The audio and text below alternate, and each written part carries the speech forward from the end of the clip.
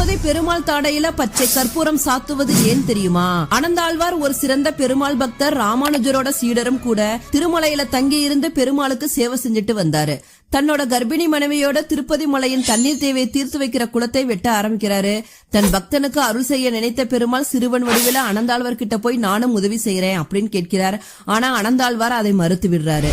அனந்தாழ்வாருக்கு தெரியாம அவரோட கர்ப்பிணி மனைவிக்கு உதவி செய்யறாரு அந்த சிறுவன். இதை பார்த்த அனந்தாழ்வாருக்கு பயங்கர கோபம் வந்துருது. உடனே தன் கையில இருந்த கடப்பாறையால அந்த சிறுவனை தாக்குறாரு. இதனால சிறுவனோட தாடையில இருந்து ரத்தம் வடிய ஆரம்பிக்குது. அந்த சிறுவனும் அங்கிருந்து மறைஞ்சு போயிறான். உடனே திருப்பதி ஏழுமலையான் தாடையில இருந்தும் ரத்தம் வடிய ஆரம்பிக்குது. அனந்தாழ்வார் கோவிலுக்கு போறாரு. அங்க பெருமாளோட தாடையில ரத்தம் வர்றதை பார்த்துட்டு வந்த சிறுவன் பெருமாள் தான் அப்படின்னு அவருக்கு தெரிய வருது. உடனே மனமுருக வேண்டி பச்சை கற்பூரத்தை எடுத்துட்டு போய் பெருமாளோட தாடையில வைக்கிறாரு. உடனே ரத்தம் நின்று விடுது. அனந்தாழ்வாரோட கடப்பாறையை இன்றும் திருப்பதி பெருமாள் கோவில்ல பார்க்கலாம்.